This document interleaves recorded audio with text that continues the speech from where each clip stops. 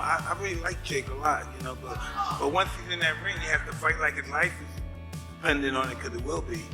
When in your career are you going to actually fight a contender in your weight class and not do gimmick fights? I mean, the skill level alone, now of course, there is a size difference, a height difference and all that, but he's just gonna struggle so much landing a shot.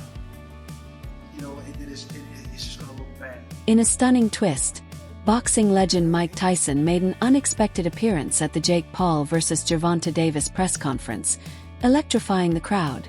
Tyson issued a fiery warning to Jake Paul, urging him to fight like your life depends on it.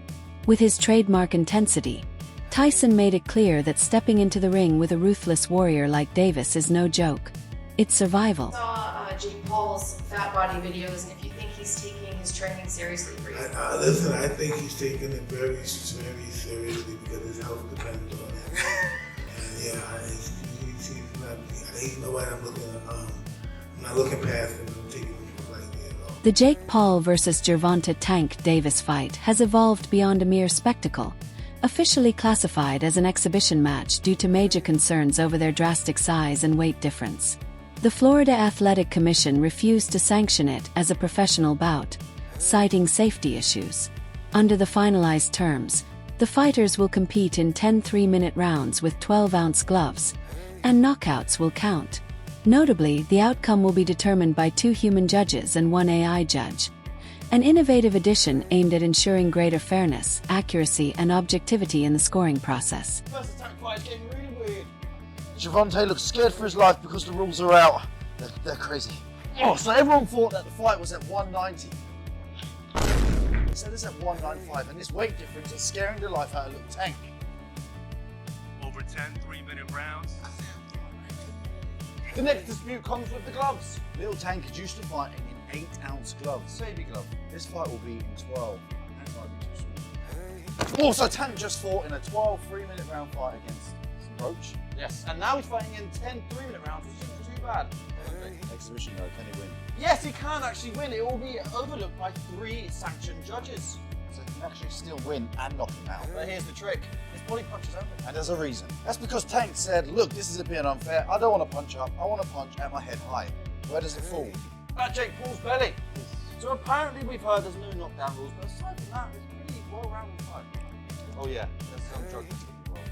Well, Jake Paul's. Recent reports indicate that Gervonta Davis has significantly bulked up during training camp, now walking around near 160 pounds, despite never officially fighting above the 135-pound lightweight limit.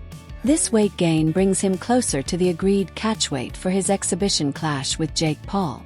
The added muscle could boost his punching power, endurance, and ability to absorb shots, potentially transforming Davis into an even more dangerous and unpredictable opponent inside the ring. Gervonta Tank Davis is my prediction that Gervonta Tank Davis is going to weigh in on the night of the fight against Jake Paul, knocking on 160 pounds. Don't be surprised if he's 157 pounds, something like that. You guys see this footage? Look at Tank. Now, if you know what you're looking at, the guy must be around 150 right now, 153, something like that. And you can really tell when he's sideways. When you look at him sideways and see the depth. See, from the front view, you can't really tell. But when he turns sideways, the guy is a wrecking ball. He's literally a baby rhino out there. And I think that is the idea for him to bulk up and be a little powerhouse out there. And I'm all for it. I'm gonna tell you in this video why I think that's the best thing for Tank and why I think he will be knocking on 100. Teddy Atlas believes Gervonta Tank Davis is as close to a complete fighter as boxing has today. He praises Davis not only for his explosive power and knockout ability but also for his sharp counterpunching instincts, masterful distance control, and exceptional ring IQ. According to Atlas, Davis shows remarkable patience, sets intelligent traps, and maintains mental composure under pressure, always thinking several moves ahead rather than relying solely on strength. These traits, Atlas argues, separate him from others in the lightweight division. In his eyes, Davis possesses every tool needed to potentially defeat someone like Jake Paul, whose skills are improving but still lack true elite-level polish and experience. The only other time he was in for the fans to get mad with that was against Fury's, Tommy Fury, but it wasn't that level, obviously. And all the size things you just rightfully pointed out. But he would have been in there with, I mean, it seemed crazy. You're going to go in there with a guy who's a two-time heavyweight champ and a gold medalist? Wow. Even though the guy's, at a twilight part of his career, still. And you've given a lot of credit and props to Jake Paul on this show of helping get more eyeballs to the sport, but the way he takes it serious and goes about his approach and his work to this craft, that he does take it seriously. With that being said, when he announces Tank Davis, I'm getting tired of these gimmick fights and him loading the deck up. Whether it was Chavez Jr. or an old Mike Tyson, or we could go on and on with some of the UFC guys and the great Anderson Silva at 46 years of age. Tank Davis, great fighter, current fighter, world champion. We know how good he is. Been a top 10 pound-for-pound guy for you for the last few years now. But he's 5'5" and 135 pounds. This sounds like it would be a 195-pound fight, an exhibition. Wouldn't count on their records. Not a whole lot of other details other than it will be in November, and it sounds like in Atlanta. But I've said enough. I just want to hear your take. What do you make of this news, Jake Paul and Tank Davis? But, and I'm smiling. But, back in the day, I love the 1800s, 1700s, my friend out there, 1700s, whatever. But I love the old-time fighters. There were catchweights. And there was guys like Sam Langford. I know Sam Langford shouldn't even be compared with this. Despite Gervonta Davis's superior skills and newly bulked-up physique, former super middleweight champion Carl Froch warned that Jake Paul's size and unorthodox power pose a real danger. Froch noted that Davis isn't accustomed to taking punches from someone that big. His warning echoes growing concern across the boxing community, where many view the fight as more spectacle than sport, raising safety and legitimacy questions. Just here at Los Naranjos in Viva España, and I found out that Gervonta Davis is now fighting Jake Paul. So Jake Paul was supposed to be fighting AJ. Eddie Hearn announced 99% done, which we just spoke about. What next for AJ? Potentially Jake Paul. But it now looks like that Jake Paul is fighting one of Anthony Joshua's legs. He's fighting Gervonta Davis, somebody who's a quarter of his size. I don't even know what's going on. Has Eddie Hearn been played? Let me know what you think, but the AJ fight with Jake Paul's finished. Gervonta Davis, fake Paul, November. I don't know what's going on in the world of boxing. This is an absolute joke. What next for AJ? We'll get into this, and there's so many questions I want to get into in the next episode, but I hope you enjoyed this one. And yeah, just thought I'd give you a quick update because the news has just come in. I'm just trying to relax and play a bit of golf. I can't. I've got to get it off my chest. I'm going to add it to this video. Hope you enjoy it. Don't forget, if you haven't already, hit like, share and subscribe to the best channel in the business, Froch on Fighting. And we'll see you very soon. Carl Froch has issued a strong warning about the safety risks of the upcoming Paul vs. Davis exhibition, citing a staggering 65-pound weight difference. My name was mentioned at his press conference and he shit himself. And the fight was just absolutely fucking diabolical. Again, I've said before, he's not a professional boxer. He never will be. And he proves time and time again that he's not a professional fighter. So, Jake Paul, go on, piss off. I mean, I don't really take Jake Paul that serious. He can't really box. He can have a little fight, he can have a swing. He swings away, stands up straight, and he throws punches, but it's not professional boxing. Because when I watch him box, he's just so much wrong. It's just everything's wrong. It's so bad. He's got a leaky defence. He telegraphs his punches. Like, you put him in with someone his own size, who's a professional, it's a mismatch. And you'll see that if he ends up fighting somebody. Tommy Fury, bless him, he's a pro boxer, but he's inexperienced. He's got no amateur pedigree. He's a raw novice, or maybe just above the raw novice. I was saying earlier, where would I put him in terms of levels? He'd do well to win a British title. He's at that sort of level, and then from British title to world level, it's like different worlds, like totally different. It's like a different sport. Following Jake Paul's dominant victory over Julio Cesar Chavez Jr., analysts have begun questioning whether he's truly ready to face legitimate top 15 or top 20 contenders. Emiliano Vargas shared his thoughts on whether Paul now merits such matchups, Yet much of the boxing world remained skeptical. Promoter Eddie Hearn acknowledged Paul's steady progress and suggested he could soon earn a WBC ranking, but emphasized that many seasoned and proven fighters still deserve higher placement. The discussion highlights the ongoing tension between Paul's growing popularity and the legitimacy of his boxing resume, raising doubts about whether his previous opponents have genuinely prepared him for the level of skill, endurance, and strategy required among elite professionals. I just think Chavez didn't get started. That's the only thing. I mean, you can't win. I want to be world champion. Zerto looks slow as shit tonight. You can't win if you don't throw, you know? So it's kind of like the Ryan Garcia Rollies thing. You know, Rollies didn't, I mean, Ryan really didn't get started, so. What'd you think about how Jake looked? Fuck. Hey, you know what? You're very tough. If he sucked ass, he sucked ass, but he actually looks pretty good. There's people who work in the gym, you can tell right away if they can box or not. So he can box, he's selling out, you know, obviously this arena, and the only thing I can do is take a page out of his book and, you know, put it towards my showmanship. So. You think he's ready for someone like top 15, top 20? I mean, look, you know, he knows who to fight. Obviously, he's, you know, growing in his career. If he really wants to make a career, I wish him nothing but the best. But I just think that, you know, it's going to be a little longer until then. Thank you, Emmy. Appreciate it. Oh, give us an update about you. You got a thing coming up. July 26th, Madison Square Garden. I'm ripped up. I'm ready to go. Ran with Manny Pacquiao yesterday. And, you know, 15 minutes on the way. Let's go, baby. Thank you, Emmy. Appreciate it, man. Many veteran fighters and boxing purists have fiercely opposed the idea of Jake Paul receiving a WBC ranking, warning that it could undermine the sport's integrity. Among the loudest critics is heavyweight veteran Derek Chisora, who insists that true boxers earn their rankings through years of dedication, legitimate victories, and proven skill. Chisora argues that granting Paul a ranking based on fame or promotional hype disrespects those who've sacrificed and fought their way up through genuine competition and hard-earned achievement. WBC have said they're going to give a cruiserweight ranking to the winner of this fight. Do you think they deserve one? I don't think so. I don't know why.